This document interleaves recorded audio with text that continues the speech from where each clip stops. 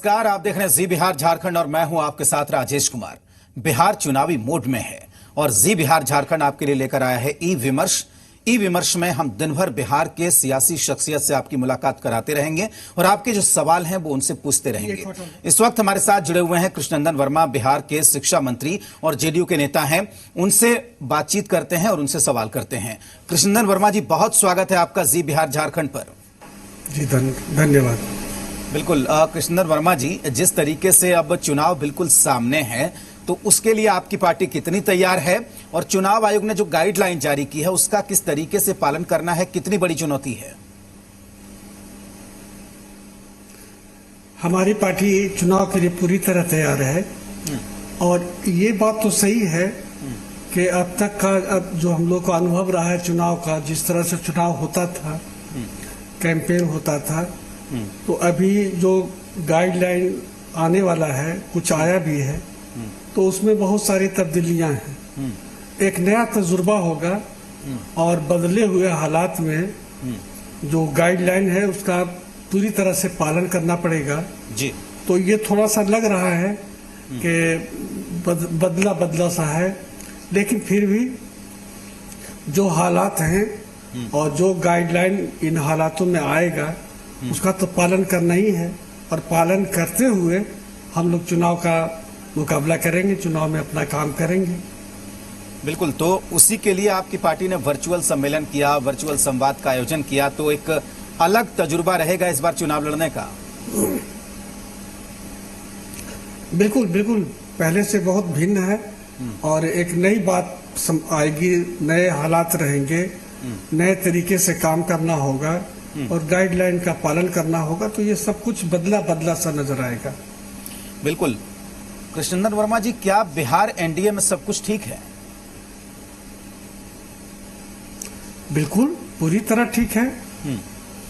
Bihar NDA पूरी तरह एकजुट है जी। और जनता चाहती है कि सब एकजुट रहे, क्योंकि बिहार में एनडीए ने जो जिस तरह से काम किया है, विकास के जो काम हुए हैं जी, उस पर लोगों की नजर है और लोगों की इच्छा ये है कि जो जिस तरीके से ये काम बिहार का विकास का हुआ है इसमें कहीं से कोई बाधा नहीं आए और इसलिए बिहार की जनता लगभग इस बात के लिए तैयार है कि श्री नीतीश कुमार जी जो हमारे माननीय मुख्यमंत्री हैं उनके नेतृत्व में ये चुनाव होगा जी। और एनडीए की जीत होगी।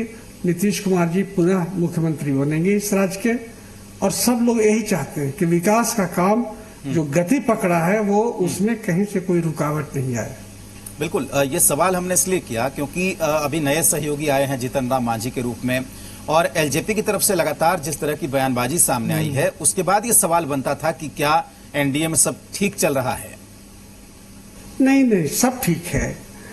जीतन राम मांझी कोई नए आदमी नहीं है, सम्मानित नेता है और पुराने हैं, जदयू के ही हैं वो आदमी और जदयू ने ही उनको, माननीय नीतीश कुमार ने ही उनको मुख्यमंत्री बनाया था। कुछ दिन के लिए इधर उधर हो गए थे लेकिन वो अपने घर में आ गए हैं। और जहां तक एलजेपी का सवाल है, राजनीति में उठा पटक ये सब चलता है लेकिन फिर भी हम लोग सब एनडीए के पार्ट हैं और पूरी तरह हम लोग एकजुट हैं और समय आने पर ये बात सब लोगों को पता चल जाएगा। कृष्णनंदन वर्मा जी, हमारा सवाल है कि बिहार एनडीए में सीट बंटवारे का आधार क्या होगा और सीधा सवाल ये कि जेडीयू कितने सीटों पर चुनाव लड़ेगी? देखिए, ये बात तो हमारे जो शीर्ष नेता हैं वो लोग आपस में बैठेंगे और ये बात तय हो जाएगी। बहुत सी बात प्रारंभिक दौर की वार्ता हो भी रही है और धीरे धीरे ये सब शीर्ष नेता हमारे जो हैं तीनों घटक दल के, ये सब बैठेंगे और ये सब मामला सुलझ जाएगा। कोई बड़ी बात नहीं है, कोई खींचतान नहीं है और सब आसानी से सब सुलझ जाएगा। बिल्कुल, अब एक और सवाल यहाँ पर यह है कि किन किन मुद्दों के साथ आप लोग चुनाव में जाएंगे, क्योंकि पिछली बार मुख्यमंत्री ने 7 निश्चय की बात कही थी। इस बार क्या होगा निश्चय, क्या होगा घोषणा पत्र में? देखिए, 7 निश्चय भी जो है वो विकास का ही पार्ट है। तो बिहार में श्री नीतीश कुमार जी के नेतृत्व में जो विकास काम हुए हैं यही मुद्दा हमारा होगा। हमने हर जगह सड़कें, बिजली, हर घर नल का जल, और ये सब गुड गवर्नेंस, ये सब जो हम लोगों ने किया है, ये जनता के दिलो दिमाग में है और सब लोग इसको देख रहे हैं। आज ग्रामीण क्षेत्र में भी जहां बिजली आश्चर्य होता था अगर कभी आती थी तब, और सब जगह तो थी नहीं, लेकिन आज गांव गांव तक बिजली पहुंच गई और सभी जगह पर बिजली 22 घंटा 24 घंटा रह रही है।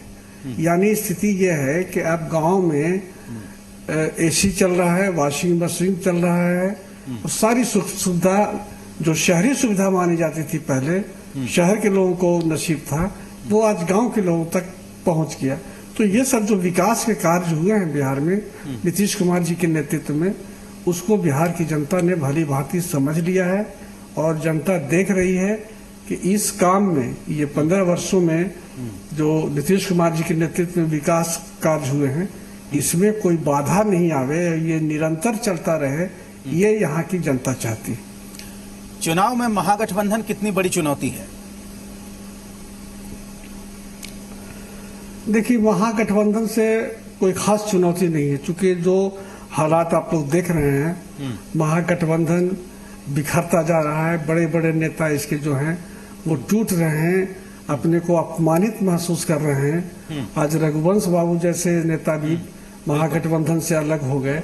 तो ये सब बताता है कि महागठबंधन के अंदर सब कुछ ठीक ठाक नहीं है और चुनाव में कोई कड़ी चुनौती हम लोग को नहीं मिलेगी। हम लोग बहुत आसानी से पुनः सरकार बनाने की स्थिति में आ जाए। नेता प्रतिपक्ष बेरोजगारी की बात करते हैं। बेरोजगारी के लिए वो लगातार अपील कर रहे थे, कह रहे थे कि चुनाव में सबसे बड़ा मुद्दा बेरोजगारी होगा। तो इस मुद्दे का सामना कितना करना पड़ेगा चुनाव में आप लोगों को? क्या ये मुद्दा होगा?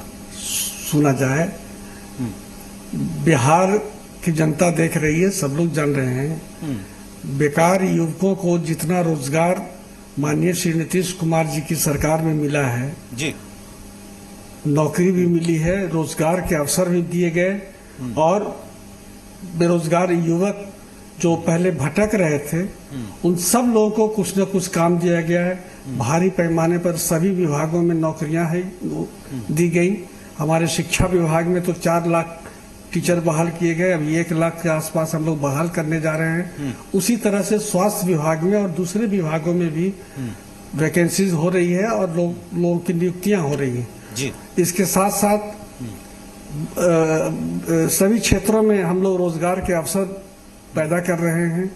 ग्रामीण क्षेत्रों में जो बेरोजगार युवक हैं उनको हम लोग गाड़ी खरीदने के लिए लोन दे रहे हैं और उसमें सब्सिडी दे रहे हैं, खास करके जो दबे कुचले हुए लोग हैं, अति पिछड़ा वर्ग के और दलित महादलित वर्ग के, इन युवकों को हम लोगों ने इसमें भी रोजगार दिया है परिवहन के क्षेत्र में। तो धीरे धीरे हम लोग आप महसूस करेंगे और जनता महसूस कर रही है कि नीतीश कुमार जी जब से आए तब से बहुत लोगों को, हर परिवार में, टीचर में तो करीब करीब हर परिवार से कोई ना कोई व्यक्ति टीचर हुआ।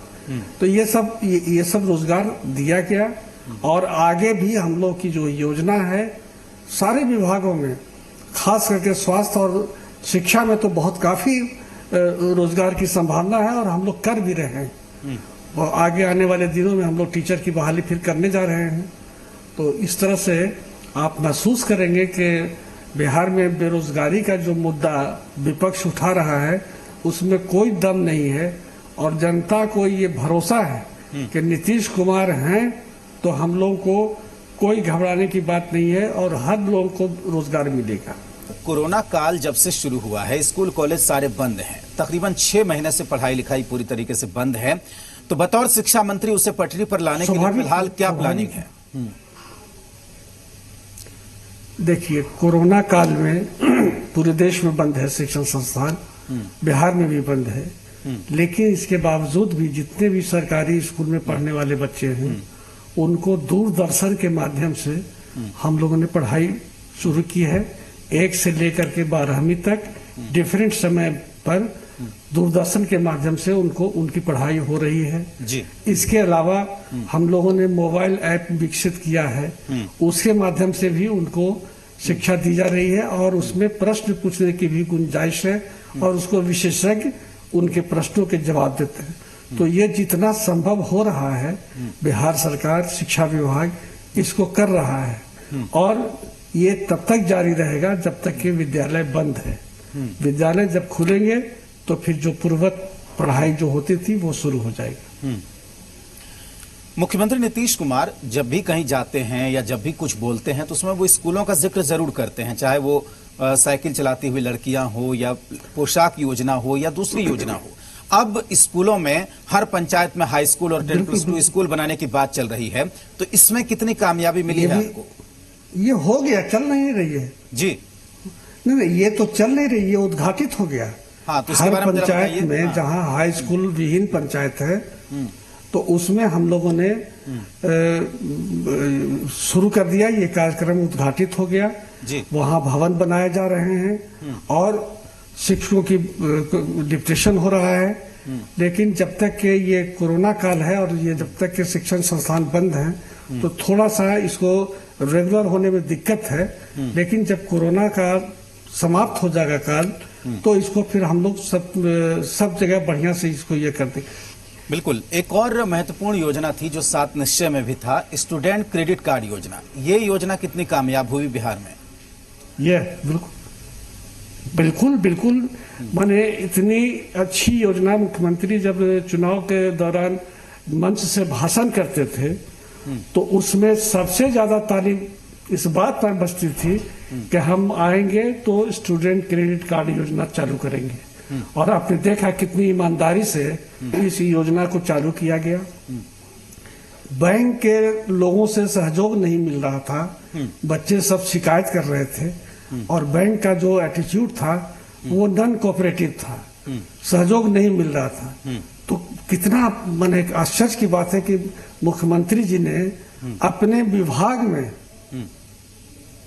एक योजना लाई और अब विभाग से ही इनको लोन मिल रहा है और कोई कठिनाई उनको नहीं हो रही है। तो बैंक से उनको मुक्ति मिल गई, मुक्ति दिला दिया हम लोग। और हम लोगों ने शिक्षा वित्त निगम हम लोगों ने बनाया विभाग के अंदर और उस निगम के माध्यम से हम लोग बच्चों को स्टूडेंट क्रेडिट कार्ड का लाभ दे रहे हैं। और इससे ये हुआ है कि मध्यम और गरीब घर के बच्चे और खास करके तकनीकी शिक्षा में उस शिक्षा के तरफ ये सब आगे बढ़ रहे हैं। इससे हमारा GER भी बढ़ रहा है और तकनीकी शिक्षा का लाभ ये 4 लाख का जो क्रेडिट कार्ड है इससे मिल रहा है। तो ये पूरे देश में ये योजना नहीं है, ये योजना केवल बिहार में है और श्री नीतीश कुमार जी के द्वारा लाई हुई योजना है। इसका लाभ भी मिल रहा है लोगों को। बिल्कुल, ये तमाम योजनाएं हैं जिस पर काम हुआ है और जिस पर काम चल रहा है। लेकिन कृष्णनंदन वर्मा जी, अगर दोबारा जीत कर आते हैं, दोबारा मौका मिलता है काम करने का, तो क्या विजन है, क्या सपना है, अगर उसके बारे में कुछ बात करना चाहें तो? देखिए, ये जो योजनाएं हमारी चल रही हैं इनको और तेजी से आगे बढ़ाना है, ये हमारा काम होगा। और माननीय मुख्यमंत्री जी ने एक बहुत बड़ी बात की है, बहुत बड़ी घोषणा की है और लोग ये जानते हैं कि नीतीश कुमार जी की घोषणा है तो ये धरती पर उतर जाएगी निश्चित रूप से।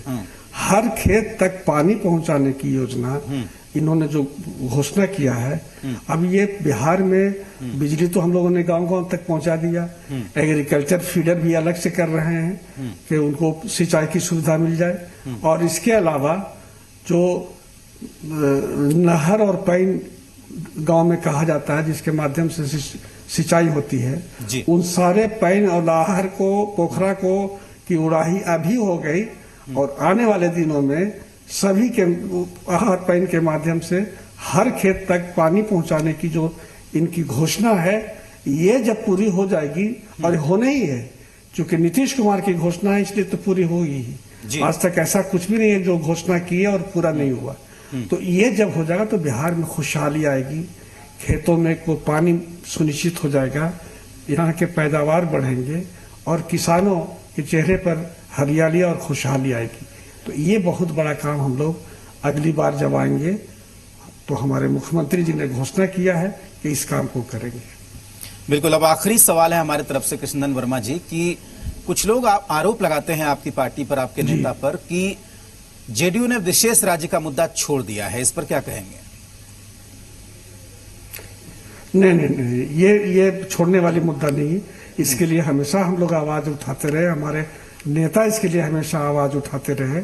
और ये बिहार के विकास के लिए, तेजी से विकास के लिए ये बहुत आवश्यक है कि बिहार को विशेष राज्य का दर्जा दिया जाए।